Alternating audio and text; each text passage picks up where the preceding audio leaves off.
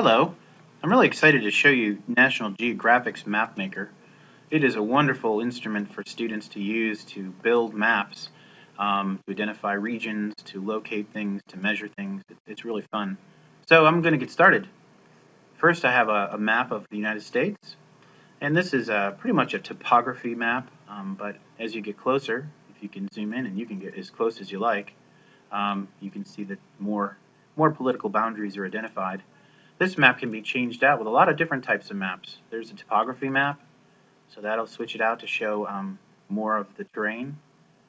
There's street maps, ocean, even kind of just a map outline if you want to use a map outline.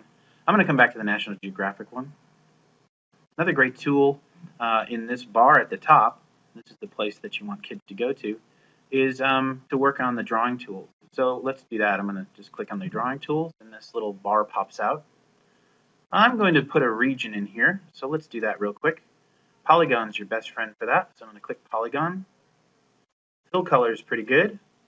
You can adjust the fill color, the transparency of the region, so you can see through it, and the line width around the polygon as well.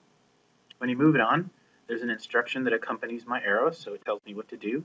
I'm going to do the southeast, so I'm going to click here, and you just keep clicking around on the map, following the boundaries. And this is what I love about map making, is that, to really get good at understanding space, you really have to become intimate with it, to draw around it, to talk about what you're doing while you do it. So here we are going around Kentucky and the southeast, and I believe it also includes West Virginia. I'm going to come down on that. And I'm going to just quickly come around the southeast here, coastal states. And it doesn't have to be perfect. You just click every time you want to put in a point. And that's pretty good right there.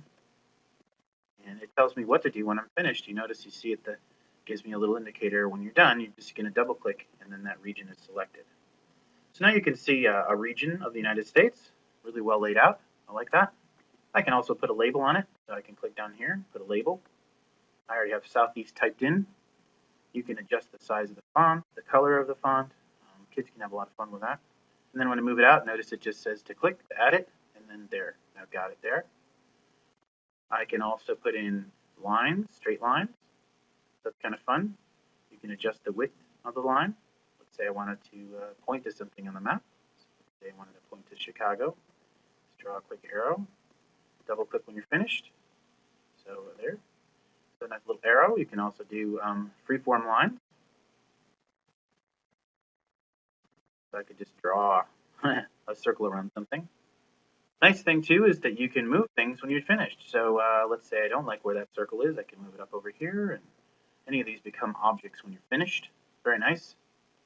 And the eraser tool is also handy if you make mistakes. So I'm going to click here to remove some of these.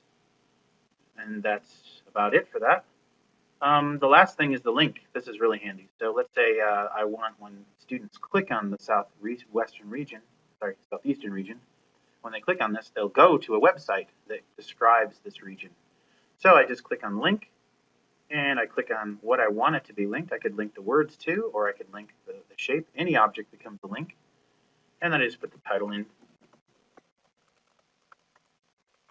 A brief description, perhaps. And then this is where the hyperlink would go. And then when kids click on it, it'll take them to the website. So they can build a lot of interactivity into their map. What else? Another nice feature you can see here, and it's all built in to the left, is, we got markers. So you can click on markers. And these are really nice too for identifying resources and, mostly resources. So I can bring some fish over here to where there might be fish. You can adjust the size of these. There's about 3 sizes. And you can bring in anything. Factories, you can bring in corn in the west. So they can really identify some of the resources that are important on their map. Let's see, what else do we have? Wonderful things. I like this one a lot. This is a measurement tool. So as they're working, they can come in and they can measure lines. They can look at distance. So I can come in and by default it goes to kilometers, but I'm going to set it to miles. And then when it's ready, it tells me to click. So let's see how far it is from Pittsburgh to let's say St. Louis. I'm going to click that, and it's about 561 miles. And you can just keep going if you wanted to for each other distance, and double click when you're finished. Okay. Um, what else is there? That's about it for the main ideas here. What I really like too is that it's not just the United States. If you come out, you can, you zoom out a bit, you can move around the world. You could put regions anywhere in the world. So you could identify things, work with maps, and really get to know the space around us. Well, thank you very much. Oh, wait, one more thing I forgot to tell you. These maps can be downloaded. So I could download the map. This one, if I save it as an XML, that means I can open it up again and re-edit it. So that's kind of neat. So if I wanted to make some adjustments to my map, I can just pop it on back up again and then re-edit it. Or I could save it as a picture. That's really nice too.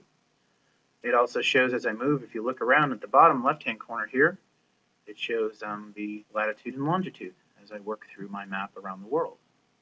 So it's a very powerful tool. I hope you enjoyed seeing how that works. And thank you very much.